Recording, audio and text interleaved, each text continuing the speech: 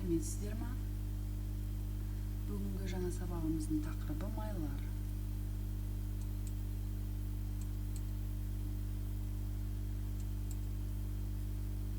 Жаңа сабағымызды бастамас бұрын үй тапсырмасына тексеру жасап жіберейік.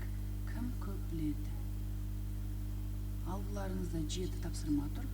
Осы тапсырмаға жазбаша жауап қайтаруларыңызды сұраймын.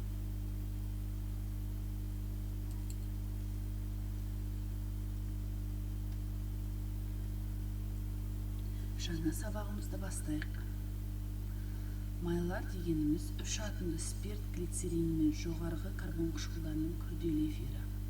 Барлық өсімдіктер мен жануарлар организмдерінде майлар болады. Көмірсулар мен нәруыздар сияқты майлар тағамның негізгі құрам бөлігі. Майлы тағамдарға сары май, мал майы және өсімдік майы жатады. Адам тәулігіне 50-70 грамм май қажет. Үнемі майсыз тағаммен қоректену жүйке жүйесі қызметінің бұзылуына, иммунитеттің төмендеуіне әкеліп соқтырады. Адамның азықпен қабылдайтын майының кемінде 1/3 құрамында қанықпаған қышқылдар бар. Сұйық майлар болу керек. Сұйық майдың биологиялық белсенділігі басқа майлармен салыстырғанда жоғары болады. Адам организмі қанықпаған май қышқылдарының өздігінен синтездей алмайтын болғандықтан оларды даяр күйінде тағаммен қабылдау керек. Мысалы, майдың құрамында витамин Е және қан тамырларына холестерин жинауына кедергі келтіріп, артериосклерозды болдырмайтын зат бета-ситостирин кездеседі. Сары майдың көздің көруі мен адамның бойы мен шашының өсуін қолдайтын зат бета-каротин болады. Тазартылмаған, рафинатталмаған майды организмге аса қажет фосфолипидтер болады.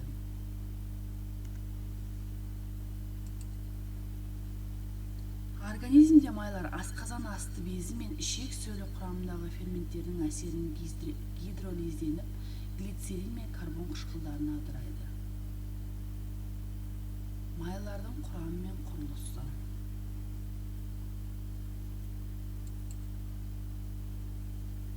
Майдың құрамын француз ғалымды Шеврель мен Бертло анықтады. 19 ғасырдың басында Шеврель майға су қосып, сілті қатысында қыздырғанда глицерин және карбон қышқылдары түзілетінін тапты. Олар стеарин және алейн. Ал Бертло кері реакция жүргізді. Глицерин мен карбон қышқылдарының қоспасын қыздырып, майларға ұқсас зат алды. Май құрамына енетін күрделі эфирлерді түзуге глицерин және карбон қышқылдары қатысады. Сондықтан осы күрделі эфирлер глицериттер деп аталады. Майдың құрамына кіретін көп таралған қышқыл қалдықтарында көміртек атомдарының саны 12-ден 18-ге дейін болады. Глицериттер қарапайым және аралас болып екіге бөлінеді. Қарапайым глицериттердің радикалдары бірдей қашықтықта қалдықтарынан, ал аралас глицерит әртүрлі қышқыл қалдықтарынан тұрады. Глицериттерді түзуге негізінен қаныққан қышқылдар да пальмитин, стеарин қышқылдары, қанықпаған қышқылдардан алейн,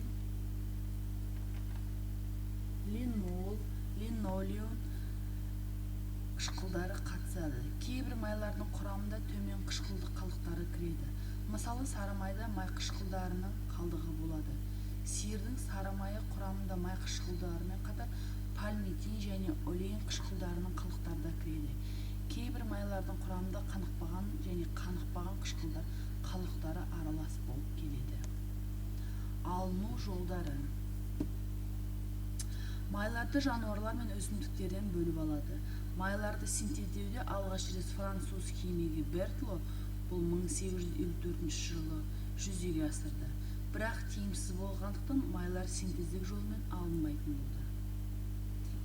Физикалық қасиеті. Майлар суда жеңіл, тығыздығы 0,9 грамм сантиметр куб. Суда ерімейді. Көптеген органикалық еріткіштерде бензол, бензин, дихлоретан да ериді. Агрегаттық күйіне байланысты майлар сұйық және қатты болып екіге бөлінеді. Өсімдік майы әдетте сұйық, ал жануарлар майы қатты болып келеді.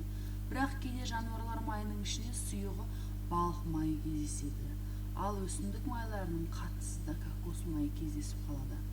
Майдың сұйық немесе қатты болуы оның құрамына кіретін карбон қышқылдарының табиғатына байланысты.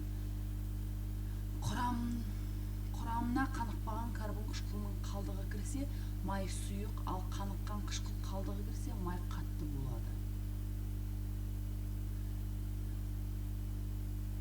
Сұйық майларға күнбағыс, мақта, жүгері, зәйтүн, балық майы, ал қаттыға қой, сиыр, шошқа, кит, тюлень, кокос майы жатады.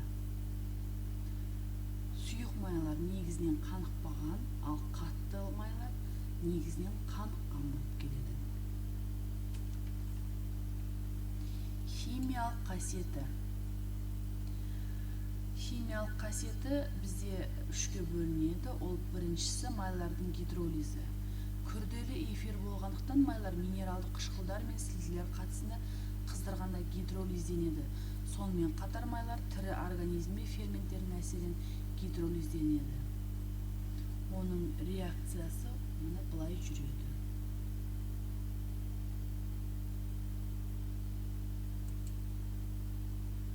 Сілтік қатысында гидролизденгенде глицерин мен жоғарғы карбон қышқылының тұзы түзіледі. Бұл реакция майдың сабындану реакциясы деп аталады.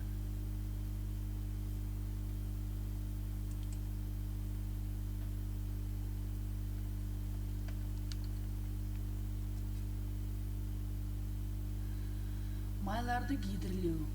Өсімдік майларының құрамында қанықпаған қышқылдардың күрделі эфирлері кіретін болғандықтан оларды гидрлеуге болады. Реакция нәтижесінде сұйық май қатты майға айналады. Ол майды соломас немесе құрама май деп атайды.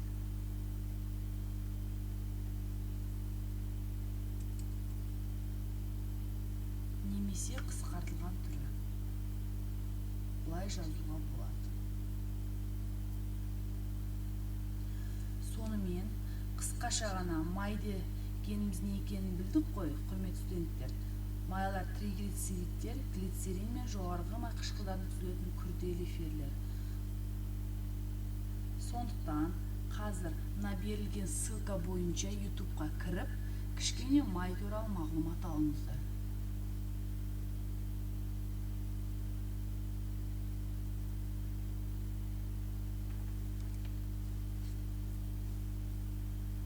Жаңа сабақты қорытындылау. Майлар табиғатта қайда кездеседі? Майлардың физикалық қасиеттері және биологиялық маңызы қандай? Майлар қайда қолданылады? Күнделікті тұрмыста қолданатын маргаринді қалай аласыз? Деген сіздерге сұрақ. Бүгінгі жаңа сабақты қорытындылау. 2 минуттың ішінде кері байланысқа шығып жауап берулеріңізді сұраймын. Келесі тапсырма сөз жұмбақ.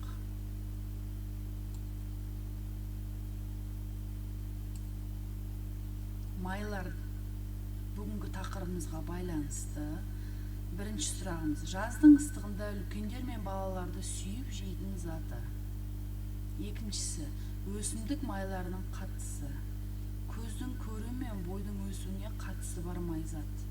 Майдың құрамын анықтаған ғалым. Майдың құрамын анықтаған ғалымдар қай елден?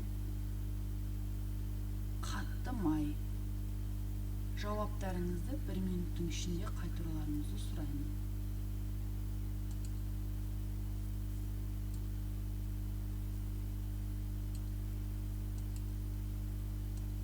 Сабағымызға байланысты тест.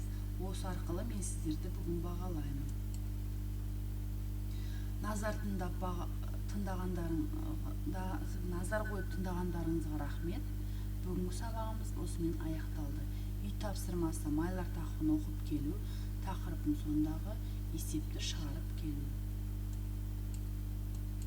Сау болыңыздар.